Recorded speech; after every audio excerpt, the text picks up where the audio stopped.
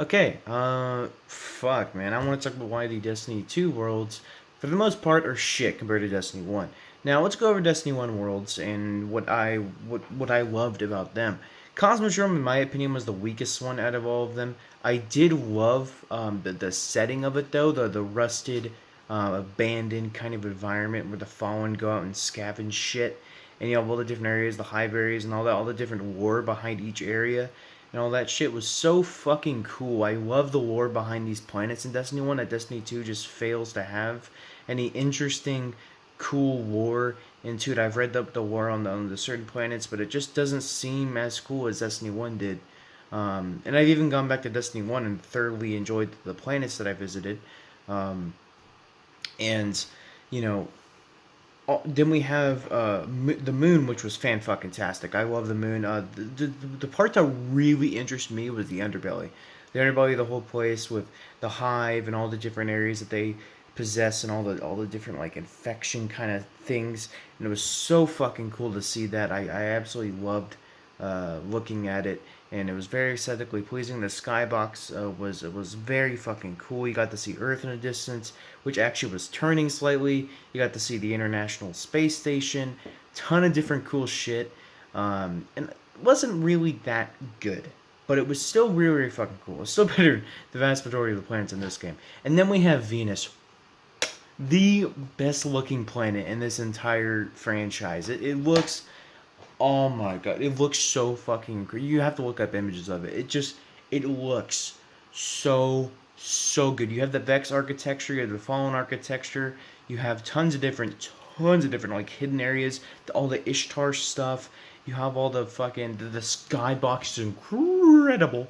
It looks amazing. The little fucking puddles and shit, like the orange juice puddle things that looked really really cool. The forest areas. Oh my god, it's so fucking cool and I love it. It is so great. It is my probably my favorite looking planet ever. And then we have Mars, which was very fucking cool. It was like the main place of like the whole collapse shit. You got to see all the different like buildings, very very abandoned. You got tons of different hidden areas. I actually think that was the biggest world in the entirety of Destiny, and Destiny One at least. EDZ is obviously the biggest now. Maybe shit. I don't know. The Dreaming City comes close to being in that size though. I think. Um, then we had the Dreadnought, which was absolutely incredible. I love the whole Cabal crash ship kind of thing. And then you had all the different hive architecture kind of things, all the different hidden areas, all the different hidden chests and keys, and all of that. The Skyburner's command beacon, which admittedly those didn't really get you anything, but still, it was still really, really cool. Obviously, it's some of the hidden areas and stuff like that. It was just really fucking cool, right? And you were there. I mean, the villain was there, right? Oryx, that was his fucking ship. You were on his ship. It was just so fucking cool. And then you had the Plague Lands, which were kind of I don't know. The Plague Lands were I don't know. It really just felt like the Cosmodrome, but just more rusty and fiery and bad maxi, and that was pretty much it. But I don't know. The Plague Lands is probably one of the weakest destinations in this entire franchise. And then we come to the shit fest that was Destiny 2, Year 1. Alright, because Year 2 has some pretty cool shit. But anyway, take a look at the EDZ. It is so basic and just basic bitch. It has some really cool areas, all the different forest areas. But everything looks really, really basic. And none of it has any pop to it or anything. And a lot of the hidden areas are completely blocked off, and you can't really go there. And you can't even go into like a dark forest or anything. It shows all this stuff on the map, but a lot of it is just blocked away for adventures and stuff like that. And it's really annoying. I want to go explore all of that, right? And it's really annoying, and I don't like it. Then we have Titan, which suffers.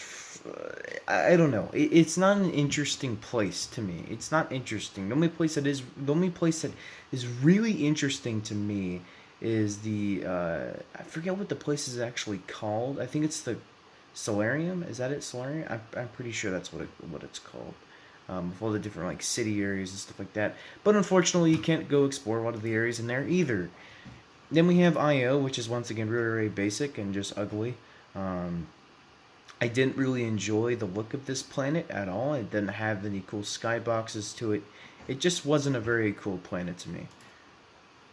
Then we have Mercury, the worst planet in Destiny history, in my opinion. It is so small, nothing there. Mercury was such a cool idea. They could have done so much cool shit with, but they just failed on every front. Um, and even the Infinite Forest isn't very cool. I don't like the Infinite Forest. It's, once again, just really basic, and it's just not a cool planet at all. It's really small. It's the smallest planet we've ever gotten.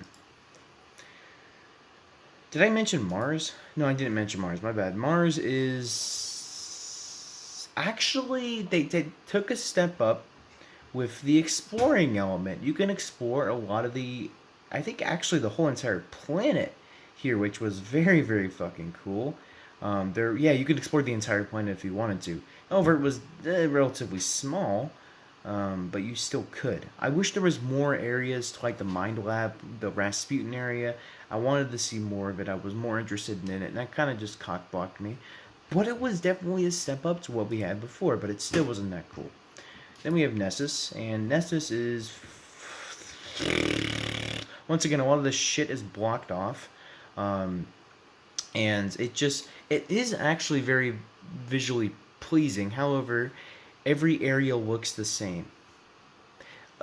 See, the thing is with a lot of the other planets is that they had multiple different architecture areas, multiple different areas that look different from each other, but also was very, very familiar into that planet. Where Nessus everywhere looks the exact fucking same, and it is very annoying. And then you have actually some cool shit here. The Tangled Shore is very fucking cool. Once again, you can go and explore anything you want. The areas aren't very interesting to me. However, actually, can you even go and explore the? I need to test it out. I don't know if you can actually go explore the area where you fight the Rider. I don't know. I'm pretty sure you can explore at least the vast majority of the areas, right? Um, but you know, it's kind of cool. I don't know. The architecture is very, very cool to it. I love the rusted aspects. They definitely took some inspiration off of the Plaguelands with it. But like I said earlier, a Mad Maxy kind of vibe in a lot of these areas. And what was very, very cool is they have a crashed hive ship with all sorts of like different hive stuff in it, giving you very, very heavy feelings of the Dreadnought, which is, I don't know if they're going to return to the Dreadnought in year 3. It's either going to be the Dreadnought or it's going to be the fucking Saturn, which I hope it's Saturn.